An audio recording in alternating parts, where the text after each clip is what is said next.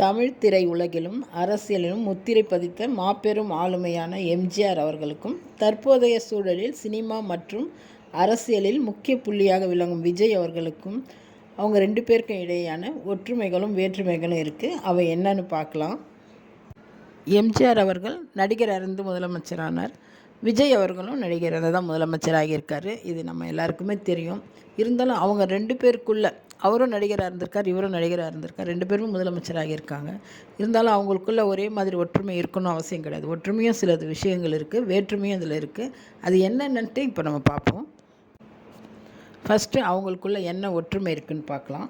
மக்கள் திலகம் அவர்களும், மக்களால் அன்போடு தளபதி என்று அழைக்கப்படும் விஜய் அவர்களும் ஆரம்ப கால போராட்டங்களுக்கு பிறகு சாதாரண அடித்தட்டு மக்களின் பேராதரவை பெற்று மாஸ் ஹீரோக்களாக உயர்ந்தவங்க, பெரிய ஹீரோக்களாக மக்களால் புகழப்படுறவங்க.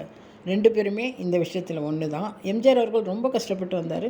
விஜய் அவர்கள் அந்த அளவுக்கு இல்லை, இருந்தாலும் அவரும் கஷ்டப்பட்டு தான் மாஸ் ஹீரோவாக ஆயிருக்காரு. எம்ஜிஆர் அவர்கள் அவருடைய திரைப்படங்களில் அரசியல் மற்றும் சமூக கருத்துக்களை எல்லாம் சொல்லியிருக்காரு. எம்ஜிஆர் தனது படங்களில் ஏழை பங்காளனாக, தொழிலாளர் தோழனாக, பெண்களுக்கு எதிரான அநீதிகளை தட்டி கேட்பவராக தன்னை சித்தரித்து கொண்டார் எம்ஜிஆர். அதே போல் தான் விஜய் அவர்களும் ஆரம்ப காலங்களில் அவர் பொழுதுபோக்கு படங்களை நடித்தாலும், பிற்காலத்தில் அவர் நடித்த திரைப்படங்கள்லாம் கொஞ்சம் அரசியல் கலந்த படமாக இருக்கும். உதாரணத்துக்கு சொல்லணுன்னா கத்தி, மெர்சல், சர்க்கார் இந்த மாதிரி சமூக பிரச்சனை உள்ள படங்களாக நடித்தார். அவருடைய கதைகளை அரசியல் கலந்துருக்கிற மாதிரி அவர் பார்த்துக்குவார். அரசியல் கலந்த கதையாக தேர்ந்தெடுத்து நடித்தார். இந்த விஷயத்தில் எம்ஜிஆர் அவர்களுக்கும் விஜய் அவர்களுக்கும் ஒற்றுமை இருக்குது. பெண் ரசிகர்களின் ஆதரவு எம்ஜிஆரின் வெற்றிக்கு மிகப்பெரிய தூணாக இருந்துச்சு. அதுக்கு காரணம் என்னென்னா, அவருடைய படங்களை பெண்களை அவர் தாழ்த்தி பேசவே மாட்டார். பெண்களை உயர்ந்த இடத்தில் வைப்பார். தாய், தங்கை அந்த மாதிரி பாசத்தோடு அவர் பெண்களை மதிப்பார், மரியாதை கொடுப்பார். பெண்களுக்கு பெண்கள் தான் ஃபஸ்ட்டு, எல்லாத்தோட முக்கியம் பெண்கள் தான் அப்படின்னு பெண்களை போற்றி பேசுவார் அவருடைய படங்களில். அதனால தான் அவருக்கு பெண் ரசிகைகள் நிறைய பேர் இருந்தாங்க. அவர் ஜெயிக்கிறதுக்கு முக்கியமாக காரணமே பெண்கள் தான். பெண்கள் ஓட்டால் தான் அவர் ஜெயித்தார். எம்ஜிஆர் அவர்கள் மாதிரியே தான் விஜய் அவர்களுக்கும் தமிழகத்தில் மிக வலுவான குடும்ப ரசிகர்கள் இருக்காங்க. ஒரே குடும்பத்தில் நிறைய ரசிகர்கள் அவருக்கு இருக்காங்க. இப்போது ஒரு குடும்பத்தில் ஒவ்வொருத்தரும் ஒரு கட்சியில் இருப்பாங்க. ஆனால் விஜய் அவர்களுடைய ரசிகர்கள் ஒரு ஃபேமிலியில் நிறைய பேர் இருக்காங்க. அவருக்கு குடும்பமே ரசிகராக இருந்ததுனால தான் அவரை இந்த அளவுக்கு ஓட்டு போட்டு அவரை முதலமைச்சராக்கியிருக்காங்க. இந்த விஷயத்திலும் எம்ஜிஆர் அவர்களும் விஜய் அவர்களுக்கும் ஒற்றுமை இருக்குது. ரசிகர் மன்றங்களுக்குள்ளேயும் 2 பேருக்குள்ளேயும் ஒற்றுமை இருக்குது. எம்ஜிஆர் தனது ரசிகர் மன்றங்களை மிக கட்டுக்கோப்பாக பராமரித்தார். அதையே தனது அரசியல் எழுச்சிக்கு அடித்தளமாக மாற்றிட்டார் எம்ஜிஆர். அவர்களோட ரசிகர்கள் தான் அவருடைய தொண்டராக மாறினாங்க. விஜய் அவர்களும் அப்படி தான். விஜய் அவர் என்ன பண்ணுறாருன்னா, தனது விஜய் மக்கள் இயக்கம் என்ற ரசிகர் மன்ற அமைப்பை பல ஆண்டுகள் நற்பணியில் ஈடுபடுத்தி அதுக்கப்புறம் அதனை தமிழக வெற்றி கழகம் என்ற அரசியல் கட்சியாக மாற்றினார். இந்த விஷயத்திலும் எம்ஜிஆர் அவர்களுக்கும் திரு விஜய் அவர்களுக்கும் ஒற்றுமை இருக்குது. விமர்சனங்களும் 2 பேர் மேலேயும் ஒரே மாதிரி விமர்சனங்கள் தான் வைக்கப்பட்டது. திரு எம்ஜிஆர் அவர்கள் தனி கட்சி தொடங்கும் போது அப்போ இதே மாதிரி விமர்சனம் தான் வச்சாங்க. இவர் ஒரு நடிகர், இவருக்கு அரசியலை பற்றி என்ன தெரியும் அப்படிங்கிற மாதிரி விமர்சனம் வச்சாங்க. அதே மாதிரி விஜய் அவர்கள் கட்சி தொடங்கும் போதும் இவர் ஒரு நடிகர், இவருக்கு என்ன தெரியும் அப்படிங்கிற விமர்சனம் தான் வச்சாங்க. அதையெல்லாம் தாண்டி இப்போ விஜய் அவர்கள் முதலமைச்சராக இருக்கார். விஜய் அவர்களே சொல்லியிருக்காரு, நான் எம்ஜிஆர் வழியை தான் பின்பற்றுறேன் அப்படின்னு சொல்லியிருக்காரு. இந்த விஷயத்துலையும் 2 பேருக்குள்ளும் ஒற்றுமை.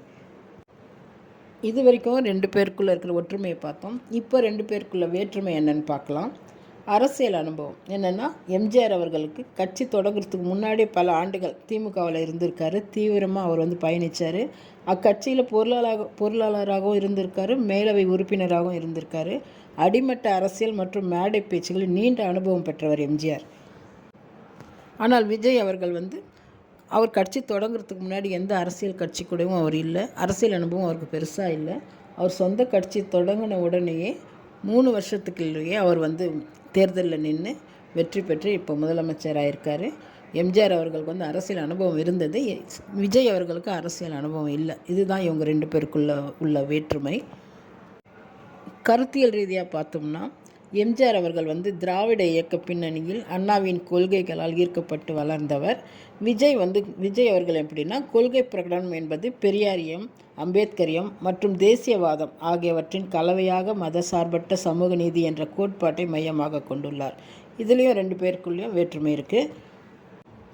சினிமா பாணின்னு எடுத்துக்கிட்டிங்கன்னா அதுலேயும் வேற்றுமை 2 பேருக்கும் இருக்குது. ஏன்னா அவர் நடித்த விதம் வேறு மாதிரி, இவர் இப்போ நடிக்கிற விதம் வேறு மாதிரி. எம்ஜிஆர் அவர்கள் நடித்த காலத்தில் வந்து பாடல்களும் தத்துவங்களும் நேரடி சமூக போதனைகளும் அதிகமாக இருந்துச்சு. ஆனால் விஜய் அவருடைய சினிமா எப்படி இருக்குன்னா நடனம், அதிரடி சண்டை காட்சிகள், ஆக்ஷன், கமர்ஷியல் இந்த மாதிரி அதிகமாக இருக்கிற சமகாலத்து திரைப்பட பாணியாகும். இதுலேயும் 2 பேருக்குள்ளேயும் வேற்றுமை இருந்தது. எம்ஜிஆர் அவர்கள் அரசியல் நடத்தின காலம் வேறு, இப்போ இருக்கிற காலம் வேறு. எம்ஜிஆர் வந்து அவர்களுடைய காலத்தில் வந்து ஊடகங்கள் பெருக்கும் கிடையாது, ஊடகங்கள் அவ்வளோவா கிடையாது. மக்களின் உணர்வுகளோடு தான் சினிமா மிக எளிதாக கலந்திருக்கும். மக்களுடைய உணர்வில் சினிமா சீக்கிரமாக கலந்துரும்.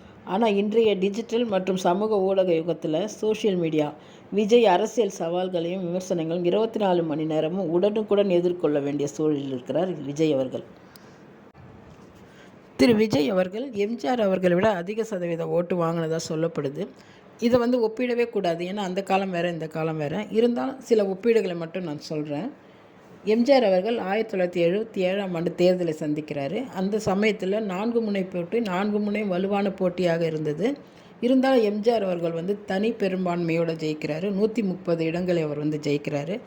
விஜய் அவர்கள் வாங்கின ஓட்டு சதவீதத்தை விட 2% குறைவு தான். இருந்தாலும் அவர் வந்து தனி பெரும்பான்மையோடு ஆட்சி அமைக்கிறாரு. விஜய் அவர்கள் 35% வாக்குகள் வாங்கியிருக்காரு. இது வந்து பெரிய விஷயம் இது. ஏன்னா கட்சி தொடங்கி 3 வருஷத்துக்குள்ளேயே இந்த அளவுக்கு வந்து ஓட்டு வாங்குறது வந்து சாதாரண விஷயம் கிடையாது. இருந்தாலும் அவருக்கு தேவையான 118 இடங்கள், பெரும்பான்மைக்கு தேவையான அந்த 118 இடங்கள் கிடைக்காதான் பெரிய வருத்தமாக இருக்குது. 108 இடங்கள் அவர் வந்து ஜெயிச்சிருக்காரு.